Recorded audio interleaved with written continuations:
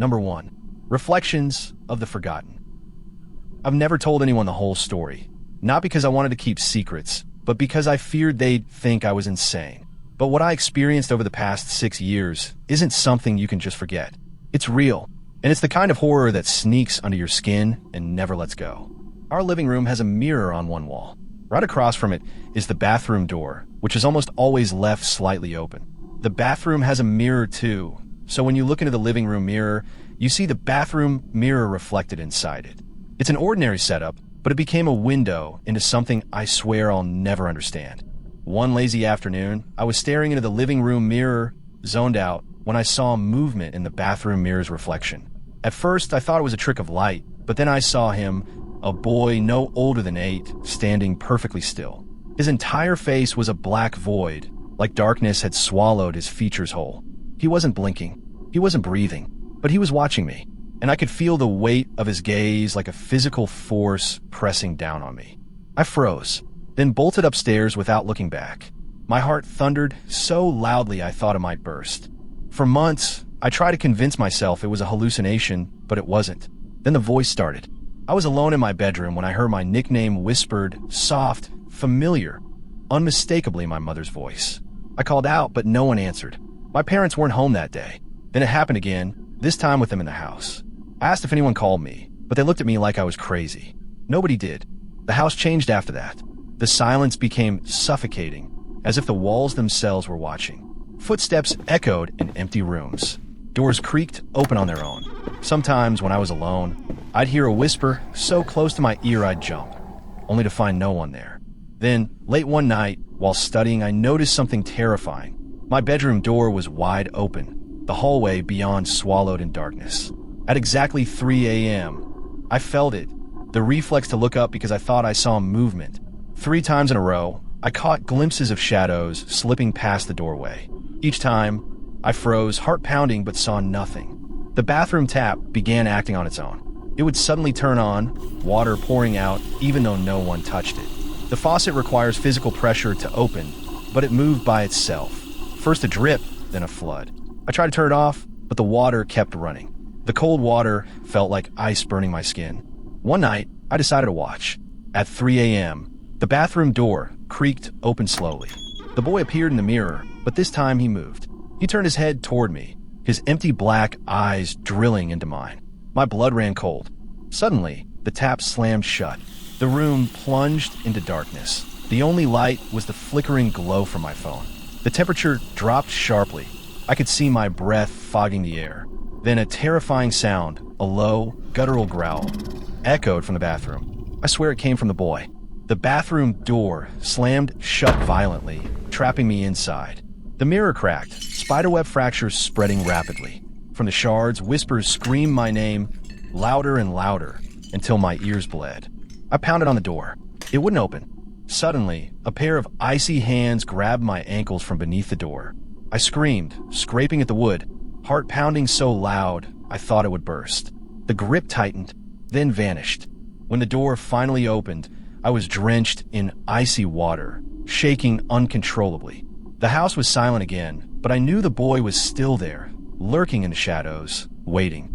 Now, every night at 3 a.m., the tap turns on by itself. Sometimes I catch a glimpse of that black face boy in the hallway mirror, just standing there, watching. The air grows colder, shadows lengthen, and I hear my name whispered in a voice that isn't my mother's. If you ever find yourself staring into a mirror and see something staring back, don't look away. Because it's not just a reflection. It's waiting. And if you blink, it might be too late. Number 2. Something got inside. My dog didn't just bark that night. She erupted. The sound ripped through the house so violently it snapped me upright before I even understood what I was hearing. It wasn't her normal alert bark or the excited noise she made when someone walked by outside. This was deeper, harsher, almost choking, like every bark was being forced out through clenched teeth. I called for her without thinking, expecting her to come running like she always did, but she didn't. The barking only got louder, more frantic, mixed now with the sound of her claws scraping hard against the floor and her body slamming into something over and over again. That was when the unease started to creep in, slow and cold, settling in my chest before I even stood up. I moved toward the stairs, my voice quieter now as I called her again, but she still didn't listen. The side door sat just at the bottom, slightly out of view unless you leaned over the railing, and with every step I took downward the sounds became clearer, more violent, more desperate. When I finally stepped low enough to see, my brain didn't process it at first. There was a man standing on the other side of the door. He wasn't knocking or pacing or even looking around. He was just standing there, one hand on the handle, slowly turning it back and forth like he was testing it, like he had done it before, like he knew exactly what he was doing. My dog, all 98 pounds of her, was inches away on the other side, throwing herself against the door with a force I didn't think she was capable of, snarling in a way that didn't even sound like her anymore. And the man didn't react, not even a flinch. I forced myself to speak, even though my throat felt tight and dry, and asked him what he wanted. The moment my voice reached him, he froze. Slowly, almost unnaturally slow, he lifted his head and looked directly at me. The expression on his face wasn't fear or anger. It was surprise, like he genuinely hadn't expected anyone to be there, like he thought the house was empty. For a moment, neither of us moved. Then his mouth curled into a small, controlled smile that made something in my stomach drop hard. He said he was looking for someone, his voice calm and flat in a way that didn't match the situation at all. Every instinct in my body was screaming at me that something was very wrong, but I gripped the railing tighter and told him I'd already called the cops, even though I hadn't. The change in him was immediate. The smile disappeared like it had never been there, and his eyes went completely flat, empty of anything human. He said, very quietly, that I shouldn't have done that. Before I could react, he slammed his shoulder into the door so hard the entire frame shook. The impact echoed through the house, and I stumbled back, my heart slamming violently against my ribs.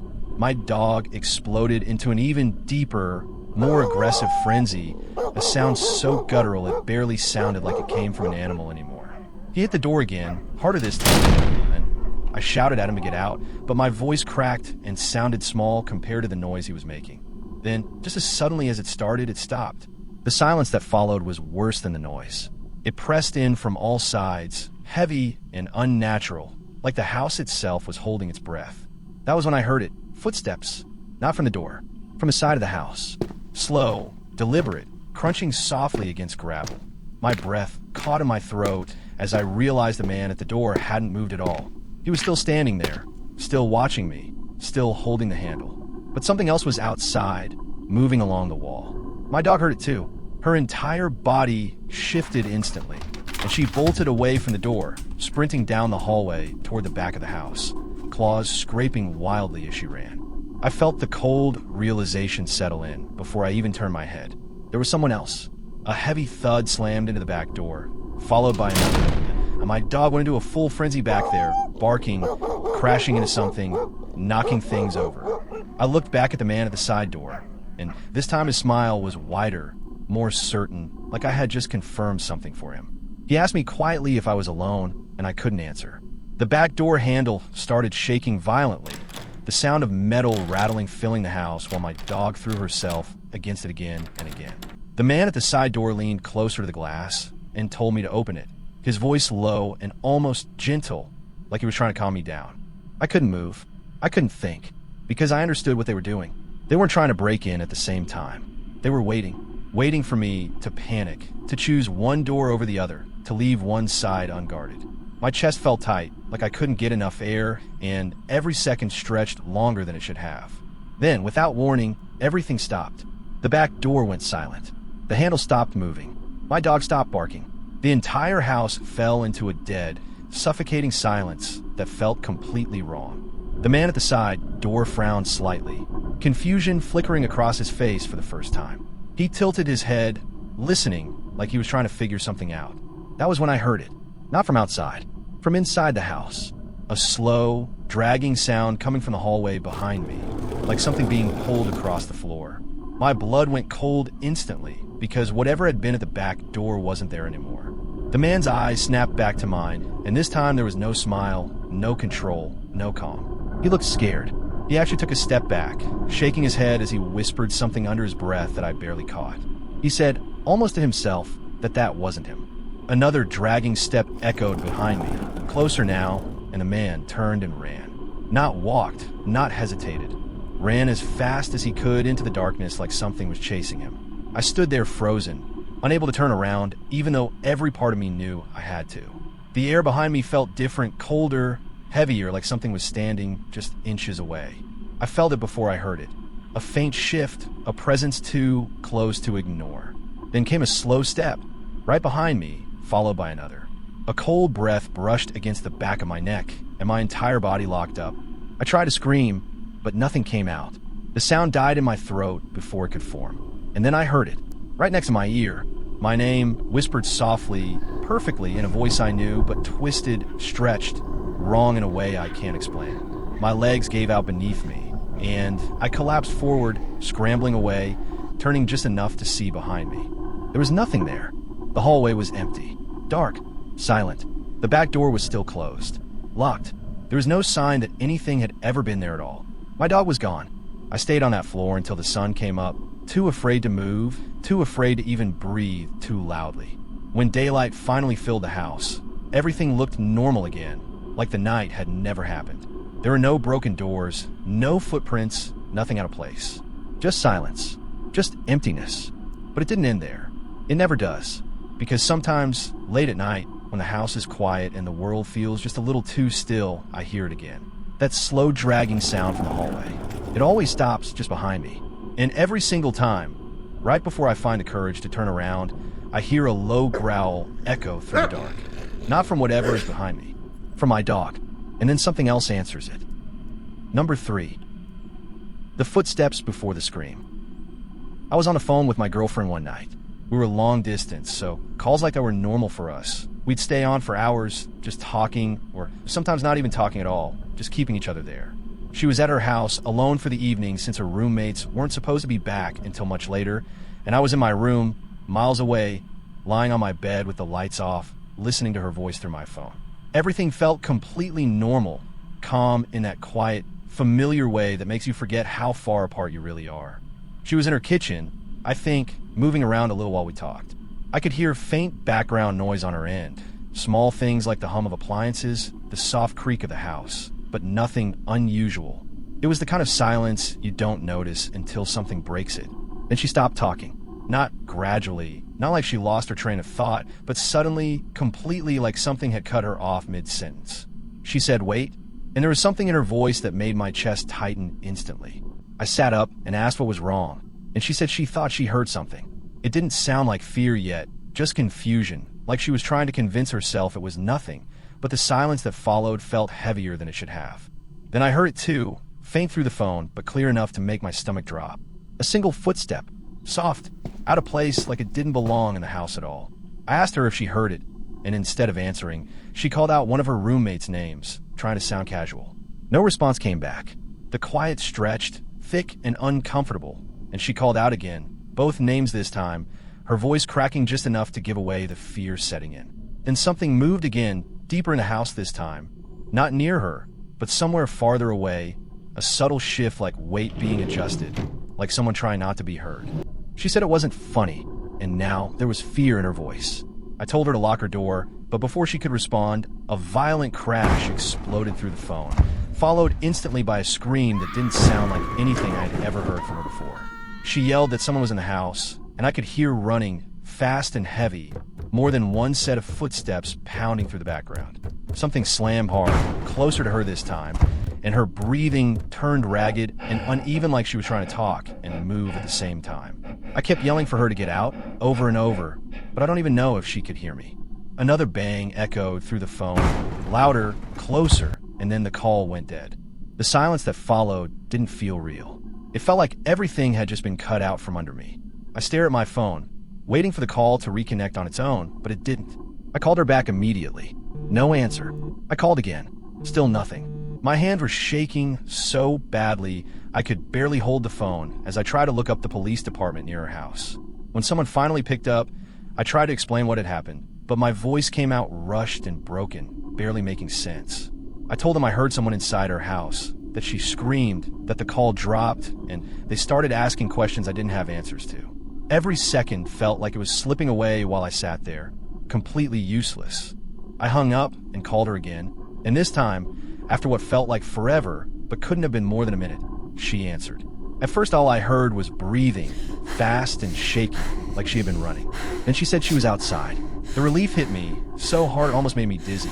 She told me she had run to her neighbor's house, that there were people inside her place before she even realized something was wrong. In the background, I could hear voices now, doors opening, someone talking loudly, and faint sirens getting closer.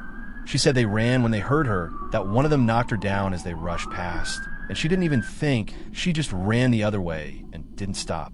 It started to sound more explainable after that. The police arrived, and I stayed on the phone while they talked to her. I could hear bits and pieces, questions about how many people there were, which way they ran, whether anything was taken.